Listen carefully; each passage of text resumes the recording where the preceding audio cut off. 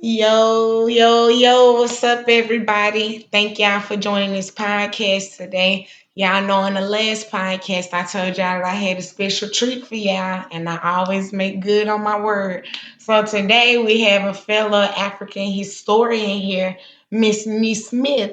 And Miss Nee Smith gonna come by today and drop some knowledge on us. We're gonna ask her some questions and we're gonna get this thing rocking. I'm so excited to see what she have to say to us. So let's go ahead and welcome Miss Nee Smith. Welcome, Miss Nee Smith. Hi, how y'all doing today? We good. Thank you so much for your time. Thank you for offering to come and speak to the people today. You know, it's always important to just bring a little bit of our African history back out. And so we're gonna go ahead and get into it. We know you don't got much time, so we're gonna go ahead and talk about what we got to talk about. All right. So today, what I really want to talk about is the Nubian warrior queens. And we Yes. know it's no secret that some of the greatest queens of all times come from Nubia. And Nubia was thought to be a homeland of the African women. One of the greatest queens of all times was said to have come from Nubia. Nubians who lived south of Egypt were shown as chocolate, brown, or black. The Egyptian word for the Nubians was Nese, which means bronzed or burnt, which was in reference to their skin color. Wait, let me make sure I heard you correctly. Did you say burnt? Yes, They called the people burnt. they sure did. Just because they're brown, they call the people burnt. They didn't know what else to call them. That's disrespectful. Don't call I them nothing if you gotta call them understand. that. But so let's talk about the warrior queen roles and their part in the army. Where warrior queens basically fought for the entrance of the Nubian Empire. For example, one warrior queen, Queen Amanez, was the Nubian queen who conquered the Romans. They went to war using archery. Archery wasn't only for the men because women were just as powerful as the men. Because of this, a host of Nubian female warriors was ready for war. Whoa, so a whole army of women went to go fight? Yes. I'm eager to learn how that turned out. So I think I remember something about this queen in particular. I remember something about them saying she only had one eye or something. Yes, she did indeed have one eye. She lost her eye during one of the fights. She was injured by a Roman soldier and he blinded her in the eye. So what they kind of did gouge the eye out or did they punch it or what they do to it? How she lose her eye? It doesn't necessarily say that. All it says is she lost it. Oh, okay. That's a brave woman right there because it couldn't have been Sure, me. me either. I'd have been out of there. I'd have went home. They'd have been out there fighting by themselves Alone. because I'd have been there. But did she keep on fighting after that or was she done? Yes, actually, after she healed, she continued to lead her army to many more fights against the Romans. Oh yeah, she tripping back there. Ain't no way I would have did that. So I mean, they must have made her real mad or something. Like, why was she so upset with the Romans?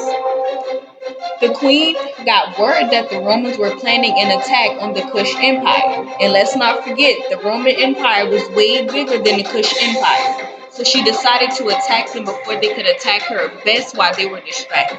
And well, I can't say nothing about that because my motto is I'm gonna get you before you get me. I know So that's right. she did the right thing with that. So I'm curious as to why the Romans wanted to attack the Kush Empire in the first place. The Romans were actually trying to impose taxation on them. And obviously, they weren't going out like that. Yeah, so they just wanted more money. Instead of just leaving their people alone, they wanted to be greedy and get more money out of them. So how long did this battle last? After 3 years of the battle, the Romans and the Kush decided to sign a peace treaty, which favored the Kushites. Kushites. Okay, so who are the Kushites? The Kushites are actually people of the kingdom of Kush, which is probably known as the most famous civilization to emerge from Nubia. Not only were there one Kushite kingdoms, there were three of them, and they all dominated Nubia for more than 3,000 years. And let's not forget that the capitals were Kermer, Napata, and Meroe. 3,000 years? Yes. That's a long time. My goodness, no wonder these women was ready for war. So how long was she the queen? She was actually the queen for 30 years, from 40 to 10 BC. Also, she was the second queen of the Kushites, and she was known as Queen Mother or Kadaki, which was the title that was given to the ruling queen. So did she have a husband or was she out there just fighting by herself? She ain't had nobody out there to have a back like that? But history says he died in a battle earlier, and her son continued to keep the fight going. Oh, so she gonna keep the legacy of her husband alive. I Yes. understand that. They gotta be a mighty powerful queen. Boy, I tell you, I would have had the pleasure of meeting her. I wouldn't have knew what to do. Probably would have been scared of her for real. Anyway, so you know, I remember something about her about Alexander the Great. Yes. Her and Alexander the Great actually had a confrontation. He was trying to go through Kush, and she denied him entry. Well, I mean, was he there to start trouble? Why she deny him entry? I probably She probably assumed that he was, since he was geared up for war and he did want to pass through. But once he got there and he saw how her military was put together and how their tactics were, he halted his army and he made them turn around and head back to Egypt because he knew that if he lost, he would lose his winning streak. Well, yeah, he didn't want to do that because he was definitely gonna win. I mean, lose that winning streak because look how what we done learned about these women so far. They were strong and powerful women. So that was a good thing that he turned Yeah, around he and probably went did. that. But I wonder if he refused to leave, what would have happened? Well, I know they said that she told him if he refused to leave, she would cut his head off, and after she defeated his army, roll it down the hill. She done cut his head off and roll it down the hill. Yep. As if cutting it off wasn't enough. You can't tell me she wasn't no ruthless queen. Ain't no way I would have bothered her. So I also noted the Kush were known for their iron making skills. Do you think the army of women were strong because of their weapons that were made out of iron, or do you think they just practiced enough? I'd actually have to say both. They were both strong. Let's be real, they're women. And yeah, I do think the iron weapons had something to do with it, but the fact that they fought with archery tell us that they are strong. Yeah, because an army that can fight with no real weapons like Yes. guns or grenades or nothing like that, they had to be. They had to be very powerful. Some And type knowing of. that most armies they were full of men. They barely had women in there. So to imagine an army full of powerful women who don't even have guns and they're winning these wars was amazing. Yeah, that made me proud to be a woman today. I know, right? What would the world be without the women? Because I don't think the men would have been able to get this battle done like these women did. Even though she lost her house, she still won all these Exactly. She battles. still kept it So I going. think that was awesome. Well, well, well. I actually brought a little 4-minute clip that I wanted to, play on the show. Just a little sum up of the backstory of Queen Armendez. Okay, well, let me go ahead and get.